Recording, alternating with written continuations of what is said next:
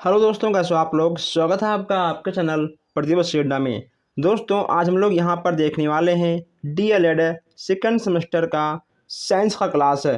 दोस्तों, जैसा कि आपको पता ही है कि कहीं ना कहीं आपका या 1 घंटे का पेपर होता है। इसमें आपको 18 क्वेश्चन करने होते हैं। आज हम लोग यहाँ पर वेरी वेरी मोस्ट इम्पॉर्टेंट आपके सभी अतुलनीय प्रश्न देखने वाले हैं। जो हमारे भाई बहन नए हैं, जो लोग अभी तक चैनल को सब्सक्राइब नहीं किए हैं, सब्सक्राइब कर लें ताकि कोई भी क्लास कोई भी अपडेट आपसे मिस ना हो। अगर किसी भी क्वेश्चन में आपको कोई भी डाउट हो, आप हमसे बेहिचक कमेंट बॉक्स में या फिर आप व्हाट्सएप पर संपर्क कर सकते हो। व्हाट्सएप ग्रुप आपको डिस्क्रिप्शन में मिल जाएगा, आप जाकर वहां से ज्वाइन हो सकते हो। आइए हम लोग चलते हैं, देखते हैं आज की क्लास का पहला प्रश्न। यहाँ पे आपको पहला प्रश्न दिख रहा है कि सुपरनोवा को अन्य किस नाम से जाना जाता है। अगर हम सुपरनोवा की बात करें तो इसे हम लोग अभिनव तारा के नाम से भी जानते हैं। मंगलयान का अन्य नाम क्या है। मंगलयान के अन्य नाम यहाँ पे आपको दिख रहे हैं, मार्स आर्बिटर मिशन। ठीक है दोस्तों, देखिए मैं आपको यहाँ पे बता दूँ स्टार्टिंग में ही कि जितने भी आपके प्रकाशन हैं, सभी प्रकाशन के जितने भी आपके अतिलिखित प्रश्न हैं, सभी को हम यहाँ पर आपके सभी एक एक प्रश्नों को कराने वाले हैं। ठीक है, आप लोग प्रश्नों के नंबरिंग पर ध्यान मत दीजिएगा, बस केवल आप प्रश्नों पर ध्यान दीजिएगा।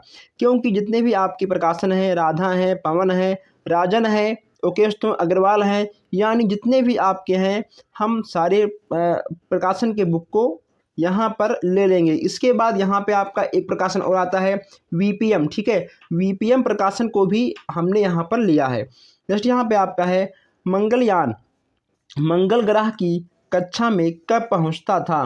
दोस्तों कब पहुँचा था। ठीक है, मंगलयान मंगल ग्रह की कक्षा में 24 सितंबर सन 2014 में पहुँचा था। नेक्स्ट यहाँ पे आपका है कि भारतीय रिजर्व बैंक द्वारा निर्गत 2000 के नोट पर किस यान का फोटो है। मंगलयान का फोटो है, ये तो आपको पता होगा। नासा का मुख्यालय कहाँ पे स्थित है। नासा का मुख्यालय वाशिंगटन डीसी में आपका स्थित है। कहाँ पे है, वाशिंगटन डीसी में। नेक्स्ट यहाँ पे आपका है कि पहले भारतीय उपग्रह आर्यभट्ट का परीक्षण कब हुआ था। यह हुआ था आपका 19 अप्रैल सन 1975 में हुआ था। कब हुआ था, 19 अप्रैल सन 1975 में हुआ था। नेक्स्ट यहाँ पे आपको देखने को मिल रहा है कि बलुआ दोमट मिट्टी में रेत की मात्रा कितनी होती है। बलुआ दोमट मिट्टी में रेत की मात्रा आपका 60% से 80% तक होता है।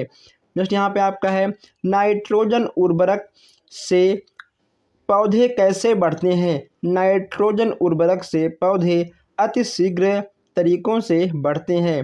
कीटनाशक कैसे होते हैं। कीटनाशक आपके विष युक्त होते हैं, यानी कीटनाशक के अंदर विष होता है, इसीलिए उसे कहा जाता है कि वह विष युक्त होता है। नेक्स्ट यहाँ पे आपका है कि फसल कितने प्रकार के होते हैं।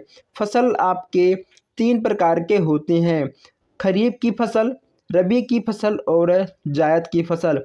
फसल आपके 3 प्रकार के होते हैं, इसे आप नोट कर लीजिएगा। यह आपका वेरी वेरी मोस्ट इम्पॉर्टेंट प्रश्न है।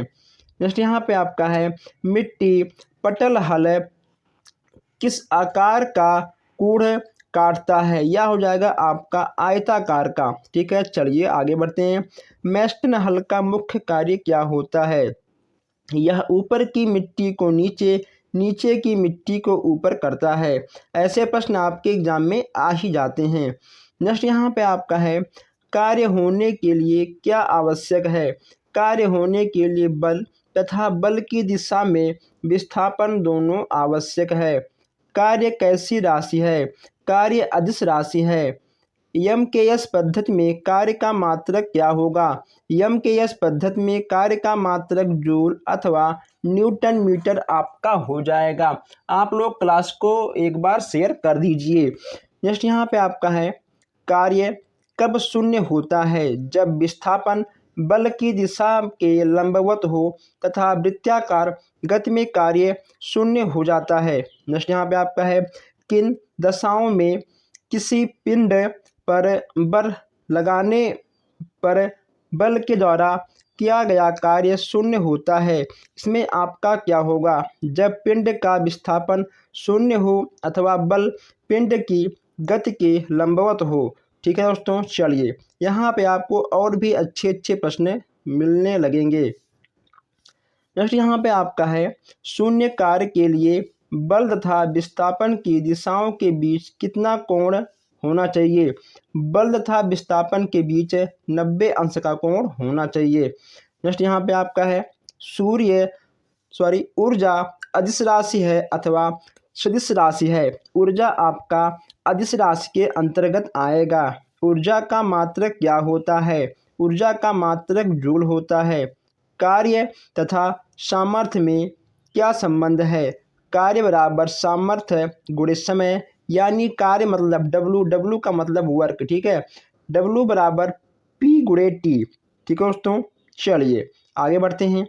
नेक्स्ट यहाँ पे आपका है कि MKS पद्धति में सामर्थ्य का मात्रक लिखिए। MKS पद्धति में सामर्थ्य का मात्रक वाट अथवा जूल सेकंड होता है। नेक्स्ट यहाँ पे आपका है कि अधिकतम कार्य के लिए बल एवं विस्थापन के बीच का कोण कितना होना चाहिए? अधिकतम कार्य के लिए बल एवं विस्थापन के बीच का कोण शून्य होना चाहिए। सामान्य व्यक्ति की सामर्थ्य कितनी होती है? सामान्य व्यक्ति की सामर्थ्य 0.05 से 0.10 अश्व सामर्थ्य तक हो जाती है। नेक्स्ट यहाँ पे आपका है, वाट तथा किलोवाट घंटा किन भौतिक राशियों के मात्रक हैं? वाट सामर्थ्य तथा किलोवाट घंटा ऊर्जा का मात्रक है। आइए आगे बढ़ते हैं। नेक्स्ट यहाँ पे आपका है कि किसी पिंड की गतिज ऊर्जा का सूत्र लिखिए। यदि यम द्रव्यमान का कोई पिंड v वेग से गतिमान हो तो उसकी गतिज ऊर्जा के बराबर 1.2 mv² हो जाएगी। नेक्स्ट यहाँ पे आपका है, किसी वस्तु की गतिज ऊर्जा किन किन बातों पर निर्भर करती है? जब वस्तु की गतिज ऊर्जा वस्तु के द्रव्यमान तथा वेग पर निर्भर करती है। नेक्स्ट यहाँ पे आपका होगा, गतिज ऊर्जा का मात्रक बताइए। गतिज ऊर्जा का मात्रक kilogram metre square upon second square अथवा जूल आपका हो जाएगा। आइए आगे बढ़ते हैं। नेक्स्ट यहाँ पे आपका है, एक स्प्रिंग की लंबाई की दिशा में दबाने पर उसमें किस प्रकार की ऊर्जा संचित होगी? यहाँ देखिए, स्प्रिंग की लंबाई की दिशा में दबाने पर प्रस्थास्थित स्थिर ऊर्जा संचित होगी। यहाँ पे कुछ आपको फार्मूले देखने को मिल जाएंगे। एक कार तथा एक बस 70 किलोमीटर प्रति घंटा की चाल से गतिमान है, इसकी गतिज ऊर्जा अधिक है। ऊर्जा बराबर दोस्तों इसमें आपको निकालना है ऊर्जा। ठीक है, कितनी ऊर्जा उसकी अधिक है? ऊर्जा बराबर 1/2 mv²। इसी पे आप रखोगे, आपका आंसर आ जाएगा। मैथ के क्लास में इसको हम अच्छे से सॉल्व करा देंगे। ठीक है, इसलिए कहता हूं कि आप चैनल को सब्सक्राइब कर लीजिए ताकि हर क्वेश्चंस हर क्लास आप तक सबसे पहले पहुंचता रहे। 19वां आपका है कि किसी वस्तु पर किया गया कार्य कितना होगा यदि विस्थापन बल की दिशा में हो, विस्थापन बल के लंबवत हो? ये जो आपका सूत्र है F गुणे S गुणे cos थीटा से। ठीक है दोस्तों, इससे आपका सॉल्व किया गया। यहाँ पे आपका एक आया, फिर यहाँ पे कार्य बराबर बल गुणे विस्थापन यानी F गुणे S। ठीक है, F आपका फोर्स के अंतर्गत आ जाएगा। इसको हम बहुत ही डीपली से मैथ के क्लास में आपको हम समझा देंगे। ठीक है, आप परेशान मत होइए। जितने भी आपके साइंस के मैथ के क्वेश्चंस आते हैं न्यूमेरिकल, ठीक है, जितने भी आपके साइंस के न्यूमेरिकल के प्रश्न आते हैं, सारे प्रश्नों को हम मैथ की क्लास में विस्तार पूर्वक बता देंगे विथ फार्मूला। ठीक है दोस्तों, चलिए आगे बढ़ते हैं। नेक्स्ट यहाँ पे आपका है कि नीचे गिर रही गेंद में ऊर्जा का रूपांतरण किस प्रकार होता है? जब कोई गेंद नीचे की ओर गिरती है, उसकी स्थितिज ऊर्जा धीरे धीरे गतिज ऊर्जा में बदलने लगती है। नेक्स्ट यहाँ पे आपका है, पृथ्वी तल से कुछ ऊंचाई पर रखी वस्तु की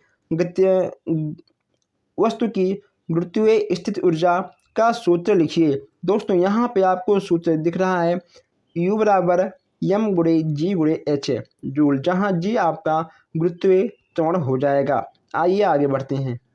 नेक्स्ट यहाँ पे आपसे पूछा गया उसका सूत्र, ठीक है, यहाँ पर भी आपको इन सूत्रों को नोट करना है। इसके बाद यहाँ कहा गया है अश्व शक्ति किस भौतिक राशि का मात्रक है। अश्व शक्ति सामर्थ्य का मात्रक हो जाएगा।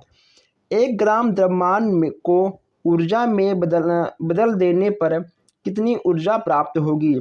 1 ग्राम द्रव्यमान को ऊर्जा में बदलने पर 9 गुणे 10 के पावर 13 जूल ऊर्जा प्राप्त आपकी हो जाएगी।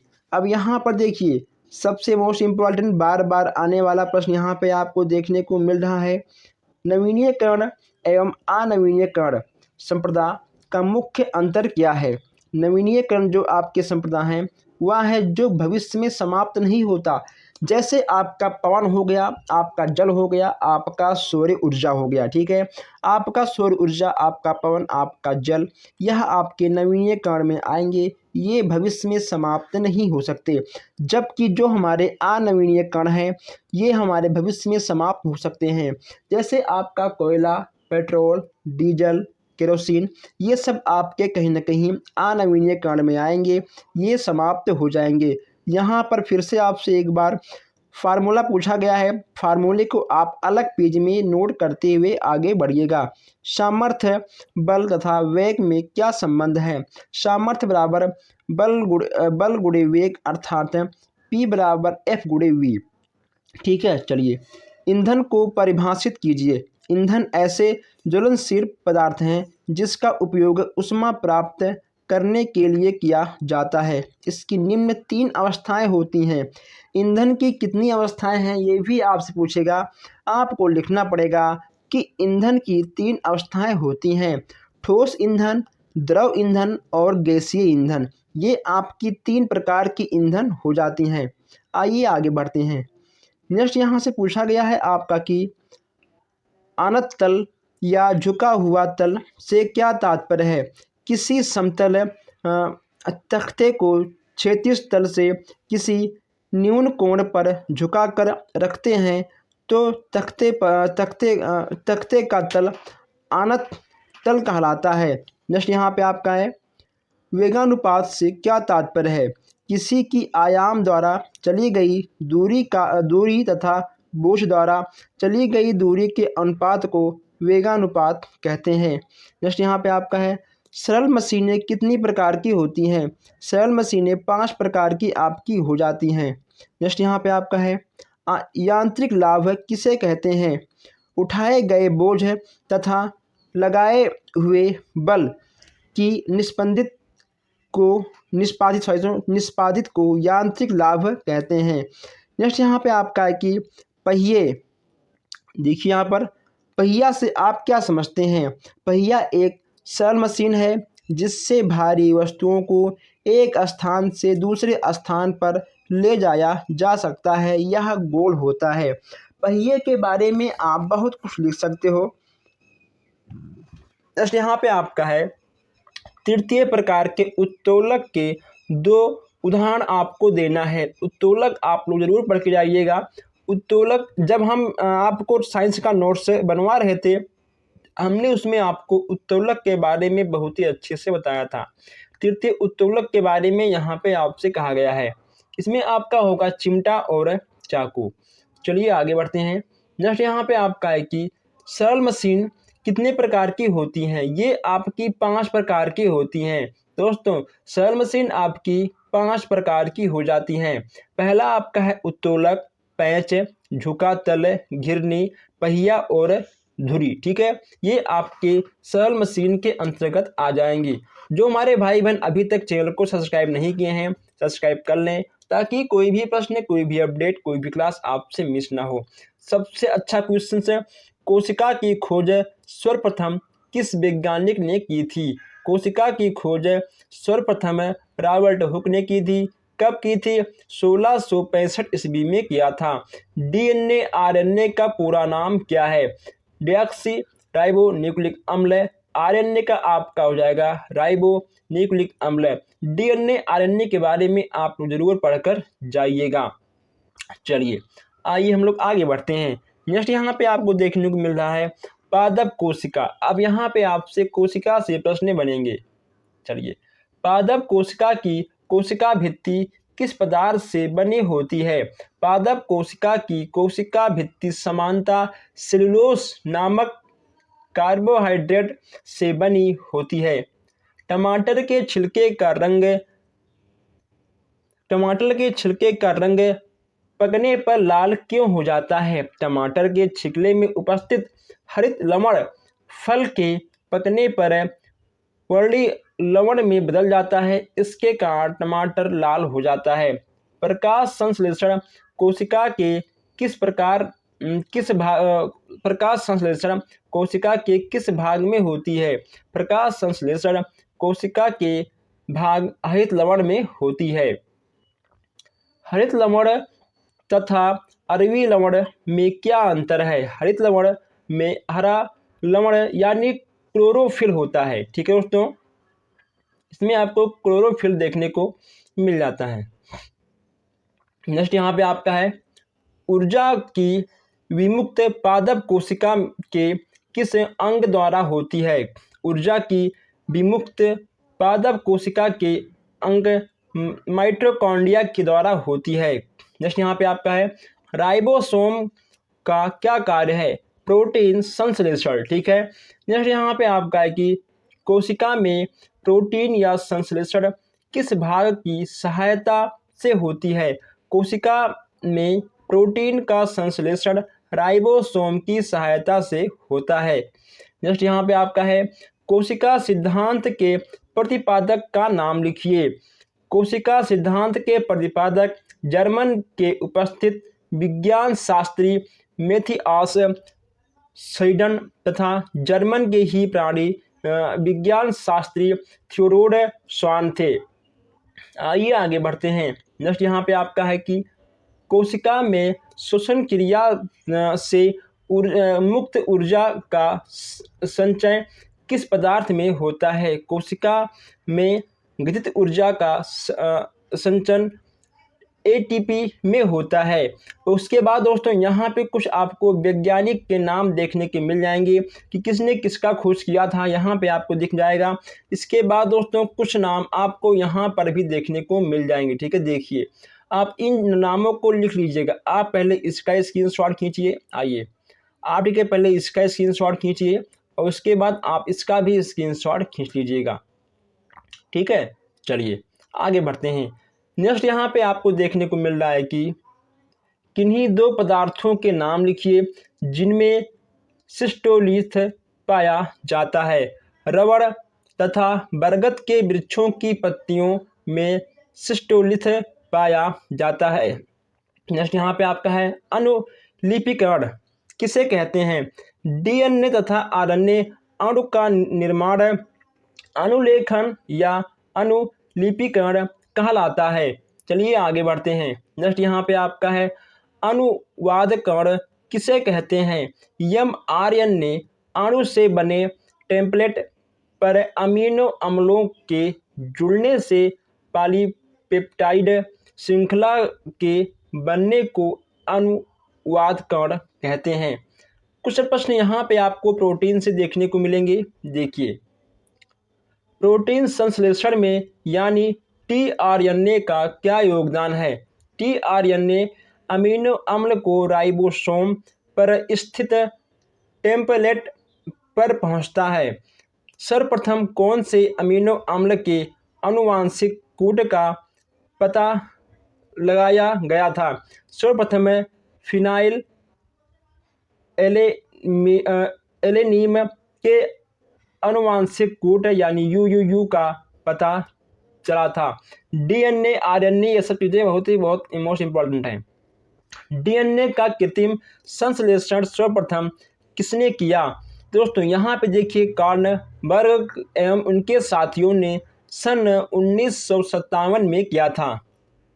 आरएनए में थायमीन के स्थान पर कौन सा नाइट्रोजनी बेस होता है? यह आपका हो जाएगा यूरेसिस। ठीक है, आपका यूरेसिस बिल्कुल सही हो जाएगा। आइए आगे बढ़ते हैं। जस्ट यहाँ पे आपका है कि उत्तक किसे कहते हैं। उत्तक कोशिका का वह समूह है जिसकी उत्पत्ति, संरचना तथा कार्य समान होता है, वह उत्तक कहलाता है। जटिल उत्तक आपका क्या होता है, जब दो या दो से अधिक जब दो से अधिक प्रकार की कोशिका परस्पर मिलकर एक ही कार्य संपन्न करती हैं तो इसे जटिल उत्तक कहते हैं। जैसे जाइलम और फ्लोएम। जाइलम और फ्लोएम आपका उत्तक के अंतर्गत आएगा। पौधों में विभयोजक कहाँ कहाँ पाया जाता है, या दोस्तों कहीं ना कहीं जड़ में, तने में, शीर्ष में, यहाँ सब आपके पाए जाते हैं। फ्लोएम, यहाँ देखिए फ्लोएम की पौधों के लिए उपयोगिता बताइए। जाइलम और फ्लोएम, ये यहाँ पे आपके जरूर एक ना एक प्रश्न आपके बन जाएंगे जाइलम और फ्लोएम से। तो यहाँ पे आपका है फ्लोएम की पौधों के लिए क्या उपयोगिता है। फ्लोएम पत्तियों में बने भोज्य पदार्थों का पौधों में वितरण करता है और जाइलम का कार्य, ठीक है, फ्लोएम का कार्य और जाइलम का कार्य, ये चीज़ें आपको याद रखना बहुत आवश्यक है। जो आपका जाइलम है, जाइलम जड़ तथा अवशोषित जल तथा खनिज पदार्थ का पौधे में वितरण करता है, यानी जाइलम और फ्लोएम का कार्य बिल्कुल स्पष्ट है। चलिए आगे बढ़ते हैं। नेक्स्ट यहाँ पे आपको मिल रहा है कि कार्डरा तथा स्नायु में क्या अंतर है। कार्डरा असंकुचनशील श्वेत कोलेजन तंतुओं से बना होता है, जबकि आपका जो स्नायु होता है वह आपका संकुचनशील पीले लचीले तंतुओं से बना होता है। ठीक है, यहाँ पे नेक्स्ट आपका है हृदय पेशी का कोई विशिष्ट कार्य लिखिए। हृदय पेशियाँ अनैच्छिक होती हैं, ये जीवन प्रयत्न एक निश्चित लय से सिकुड़ती फैलती रहती हैं। इसके फलस्वरूप हृदय शरीर में रक्त को पंप करता रहता है। चलिए आगे बढ़ते हैं। नेक्स्ट यहाँ पे आपको देखने को मिल जाएगा कि न्यूरॉन में केंद्रक कहाँ उपस्थित होता है।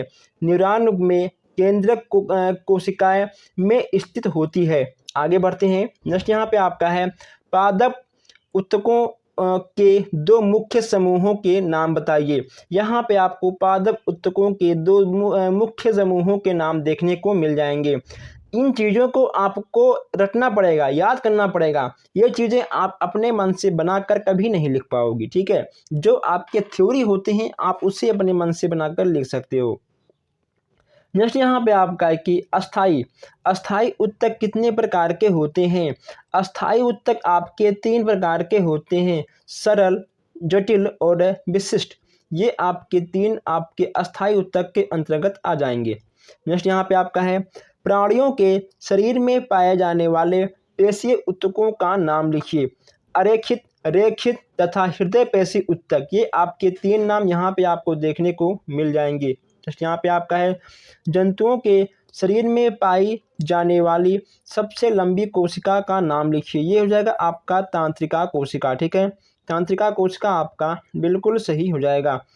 सरल संयोजी उत्तक की क्या विशेषता होती है। सॉरी दोस्तों, ठीक है, यहाँ पे लिखा आपका, ठीक है, तरल संयोजी उत्तक की क्या विशेषता होती है। तरल संयोजी उत्तक का एक उदाहरण लिखिए। इसमें देखिए आपका हो जाएगा कि तरल संयोजी उत्तक के मैट्रिक्स में श्वेत कोलेजन तथा पीले लचीले तंतु नहीं पाए जाते हैं, जैसे रक्त और लसिका। ओके दोस्तों, चलिए नेक्स्ट यहाँ पे आपका कि शास्त्र विभोजक कितने क्षेत्रों में विभेदित होते हैं। इसमें आपका हो जाएगा कि हिस्टोजन सिद्धांत के आधार पर शिशार्थ विभोजक को डर्मेटोजन, पेरिब्लेम तथा पलिरोम क्षेत्रों में विभेदित किया जाता है। आइए हम लोग आगे बढ़ते हैं। नेक्स्ट यहाँ पे आपको देखने को मिल रहा है कि प्रकाश संश्लेषित विषाणु किस प्रकार भोजन प्राप्त करते हैं। यहाँ पे आपको प्रकाश संश्लेषण आपको लिखने के लिए भी पूछ लिया जाएगा, इसको भी आपको नोट करना पड़ेगा। नेक्स्ट यहाँ पे आपका है कि परजीवी अपना भोजन किससे प्राप्त करते हैं। परजीवी अपना भोजन जीवी जंतु या पादप से ग्रहण करते हैं, जिसे पोषक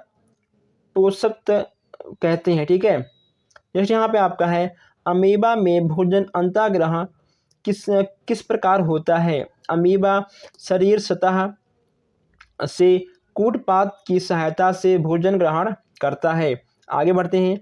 जैसे यहाँ पे आपका है कि अंतःकोशिकीय पाचन से क्या तात्पर्य है। एक कोशिकीय जंतु में भोजन का पाचन खाद्य रिक्तियों में होता है, इसे अंतःकोशिकीय पाचन कहते हैं। चलिए आगे बढ़ते हैं। नेक्स्ट यहाँ पे आपको देखने को मिल जाएगा कि जठर ग्रंथियाँ किस भाग में पाई जाती हैं। यह आपका हो जाएगा अमाशय में पाई जाती हैं। पाचन के पश्चात प्रोटीन से क्या बनता है। अमीनो अम्ल बनता है। क्या बनता है। पाचन के पश्चात अमीनो अम्ल आपका बन जाता है। नेक्स्ट यहाँ पे आपका है कि रसायन कुंज आहार नाल के किस भाग में पाए जाते हैं। इसका क्या अर्थ है। यह आपका दोस्तों रसायन कुंज पाए जाते हैं, ये पचे भोज्य पदार्थ के अवशोषण में सहायक होते हैं। जस्ट यहाँ पे आपका है कि प्रोटीन पाचन दो एंजाइम का नाम बताइए। प्रोटीन पाचक दो एंजाइम का नाम बताइए। यहाँ पे देखिए दोस्तों, यहाँ पे आपको दो नहीं, यहाँ पे आपको चार देखने को मिल रहा है। आप इनमें से किसी दो को नोट कर लीजिएगा। ठीक है, पेप्टीन और इरिप्सिन। ठीक है, देखिए दोस्तों, ठीक है, आपका ये पेप्टीन है, टिप्सिन है, ठीक है, काइमोटिप्सिन है, यहाँ पे आपका रेप्टिन है। इन चीज़ों को आपको एक या दो आप नोट कर लीजिएगा और याद भी कर लीजिएगा। एटीपी का पूरा नाम क्या होगा। यहाँ पे आपसे फुल फॉर्म भी आ जाता है। उसके बाद तो यहाँ पे देखिए मत्स्य तथा सर्पी युक्त, यानी दोस्तों जो आपकी मछलियाँ हैं, जो आपके सांप हैं, वह कैसे सांस लेती हैं। तो दोस्तों कहीं ना कहीं आपके फेफड़े से सांस लेती हैं और अपने बॉडी से भी सांस लेते हुए कुछ जन दिखाई देते हैं। कोशिकीय श्वसन कोशिका के किस अंग में होता है। माइटोकॉन्ड्रिया में होता है। किस में होता है। माइटोकॉन्ड्रिया में आपको देखने को मिल जाएंगे। ग्लाइकोलिसिस का अंतिम उत्पादक क्या है। इसमें आपका हो जाएगा पायरुविक अम्ल, NAD2H तथा ATP। अजीबोगरीब नाम है। चलिए जैसे यहाँ पे आपका है ग्लूकोज के अनाक्षी शोषण से बनने वाले रसायन का नाम लिखिए। यहाँ पे आपको रसायन का नाम लिखना है एथिल एल्कोहल, यानी आपका CHH5OH तथा कार्बन डाइऑक्साइड। ठीक है, ATP के दो कार्य यहाँ पे आपको लिखना है। ATP शरीर की विभिन्न जैविक क्रियाओं के लिए ऊर्जा प्रदान करता है। ठीक है दोस्तों, जैसे हमारा हो गया अवशोषण तथा उत्सर्जन, संश्लेषण, संग्रहण, गति, यांत्रिक, इन सब में ऊर्जा प्रदान करने का कार्य करता है। मनुष्य तथा केंचुए में किस प्रकार का रक्त संचरण पाया जाता है। बंद प्रकार के रक्त संचरण आपके पाए जाते हैं। आगे बढ़ते हैं। नेक्स्ट यहाँ पे आपका है पल्मोनरी धमनी में किस प्रकार का रक्त बहता है।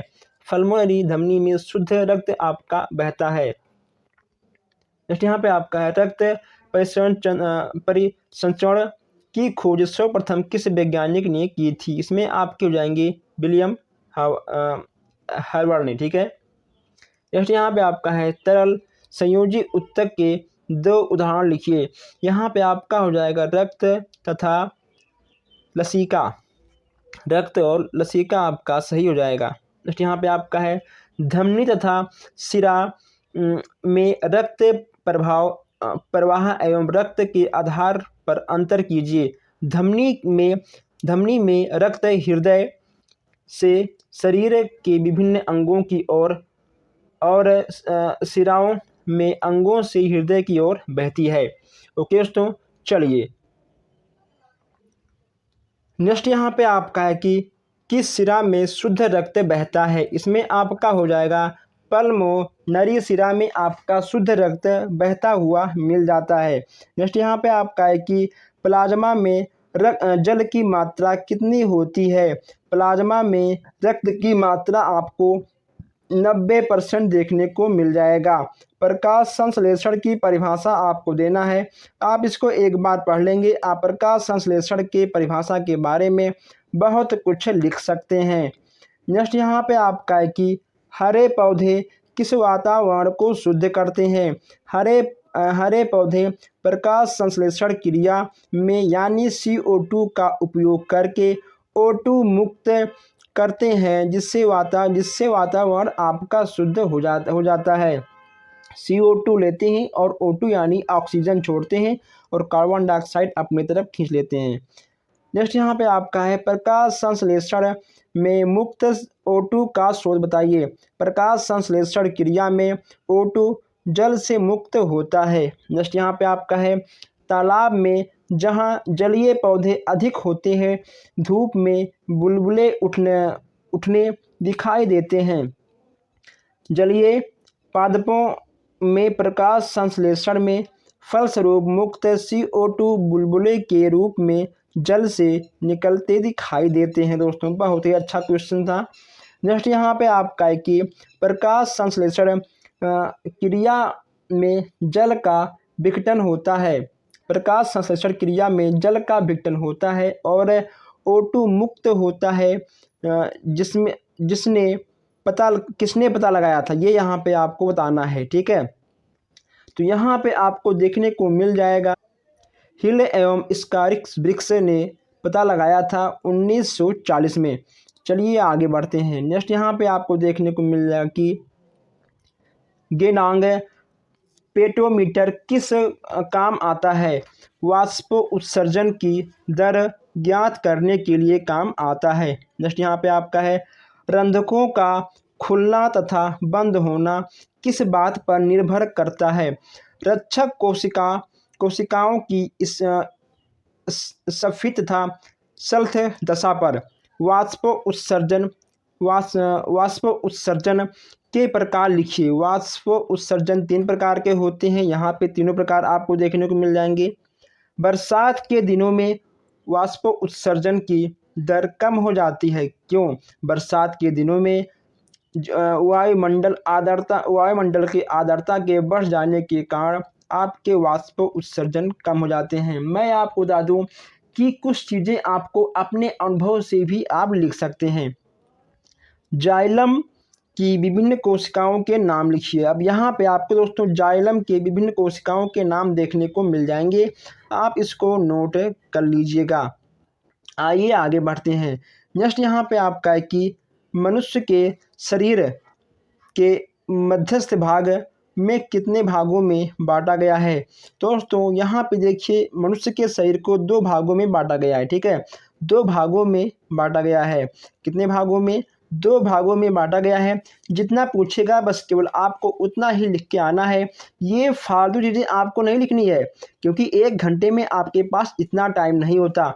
बस केवल ये चीज़ें आपको समझाने के लिए हैं। ठीक है, कि आप समझ जाओ।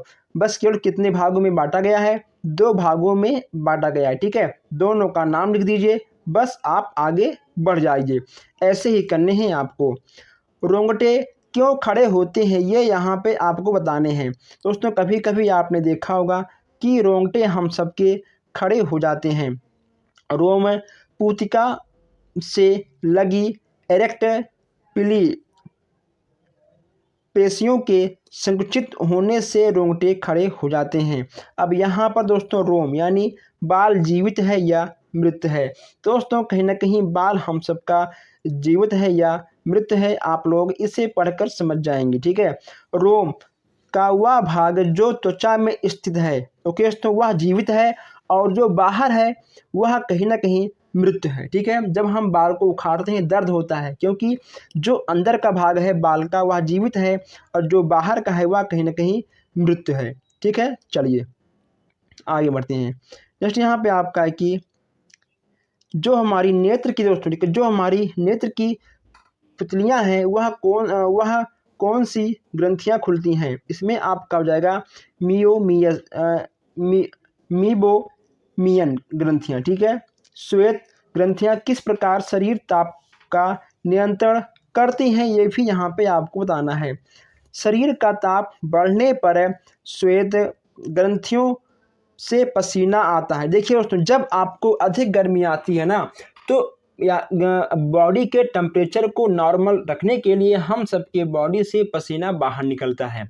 अगर पसीना बाहर ना निकले तो हम सबकी हर एक एक नस फट जाएगी गर्मी की वजह से, ठीक है। जब गर्मी अधिक लगती है तब पसीना बाहर होता है, इससे कहीं ना कहीं हम सबके बॉडी की टेम्परेचर नॉर्मल हो जाती है। ओके दोस्तों, चलिए दोस्तों, क्लास काफ़ी लंबी हो रही है, इसलिए हम क्लास को यहीं पे रोक रहे हैं और जो आपके बचे हुए प्रश्न हैं उनको हम ठीक है बाद में देख लेंगे। दोस्तों, आप लोग प्लीज़ इस क्लास को अधिक से अधिक शेयर करिएगा, ताकि जो हमारे भाई बहन अभी तक नहीं ऐड हैं वो लोग भी ऐड हों। कहीं ना कहीं हर किसी को इस क्लास का फ़ायदा मिले और आप सबका बैक नहीं आना चाहिए, चाहे कुछ भी हो जाए। अगर आपको कोई भी शंका शिकवा शिकायत है, आप हमसे कमेंट बॉक्स या फिर आप हमसे व्हाट्सएप पर पूछ सकते हैं। हम मिलते हैं फिर आपसे नेक्स्ट क्लास में। Thank you.